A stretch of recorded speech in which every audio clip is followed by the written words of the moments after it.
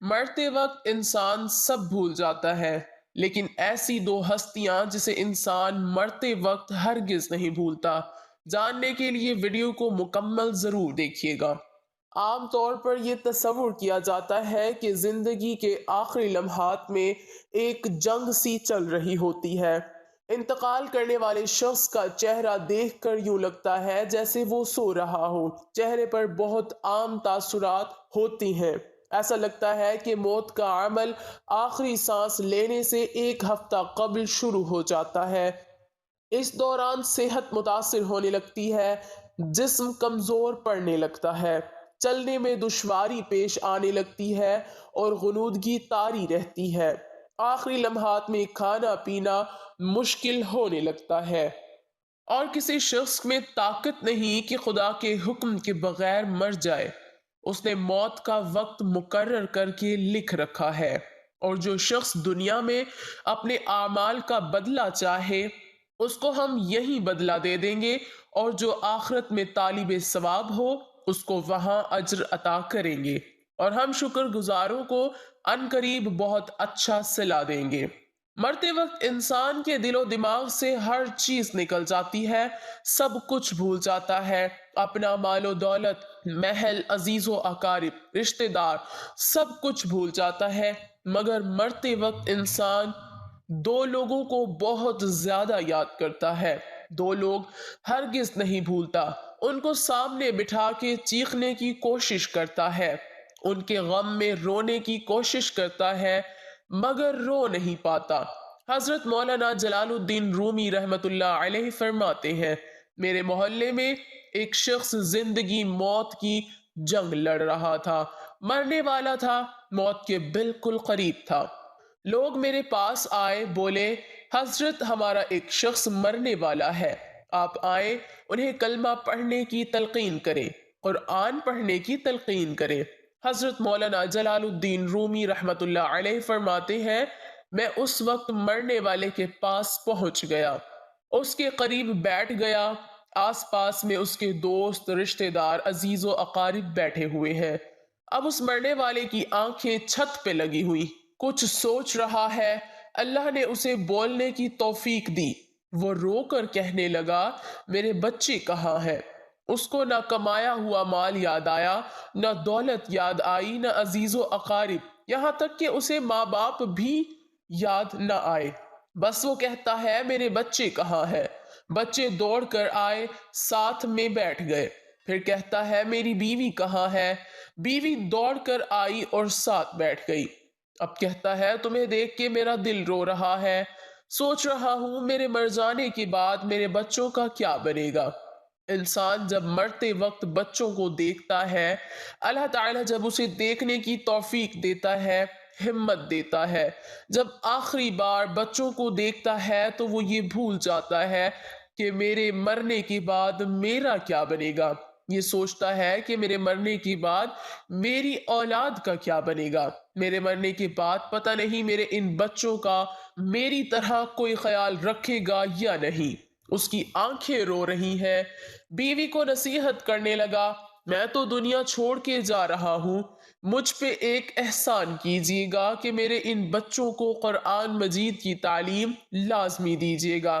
ان کے منہ سے نکلا اللہ کا نام میری قبر کو روشن کر دے گا، مجھے جہنم کی آگ سے اللہ کے عذاب سے دور کر دے گا۔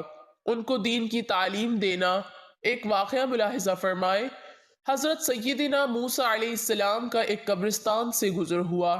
آپ علیہ السلام نے دیکھا قبرستان کی ایک قبر کے اندر مردے کو دردناک عذاب دیا جا رہا ہے۔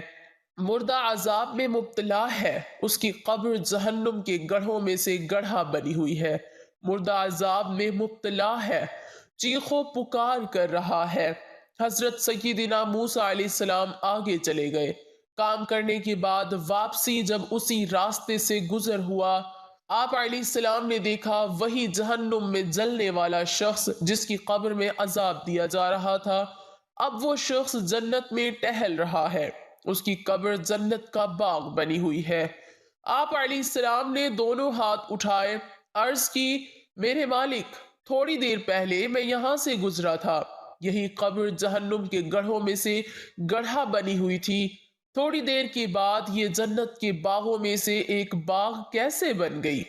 اللہ تعالیٰ نے فرمایا، موسیٰ، یہ شخص جب مرا تھا، مرنے سے پہلے اپنی بیوی کو حاملہ چھوڑ کے مرا تھا۔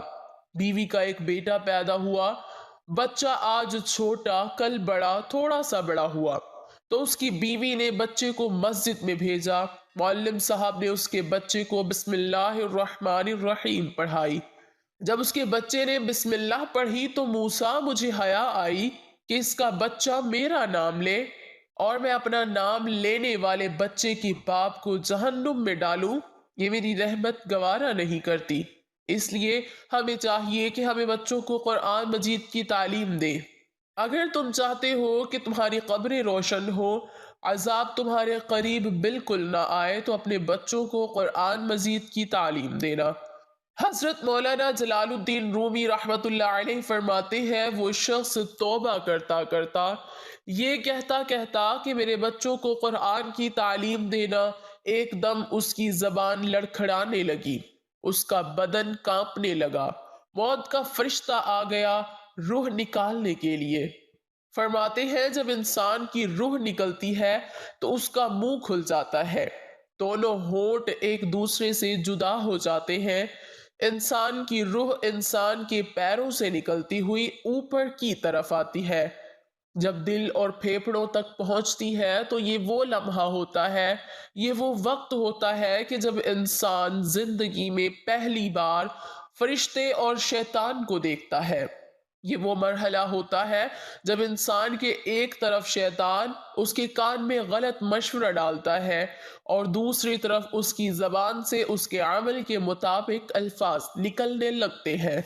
اگر انسان نیک ہوتا ہے، نمازی ہوتا ہے، عبادت گزار ہوتا ہے، تو پھر اس کا دماغ اس کی زبان کو کلمہ پڑھنے کی تلقین کرتا ہے، درود پڑھنے کی تلقین کرتا ہے۔ اور اگر انسان نیک نہیں ہوتا تو پھر اس کا جو دماغ ہوتا ہے وہ عجیب سی ہیبت کا شکار ہو جاتا ہے اور انسان شیطان کے مشورے کو قبول کر بیٹھتا ہے۔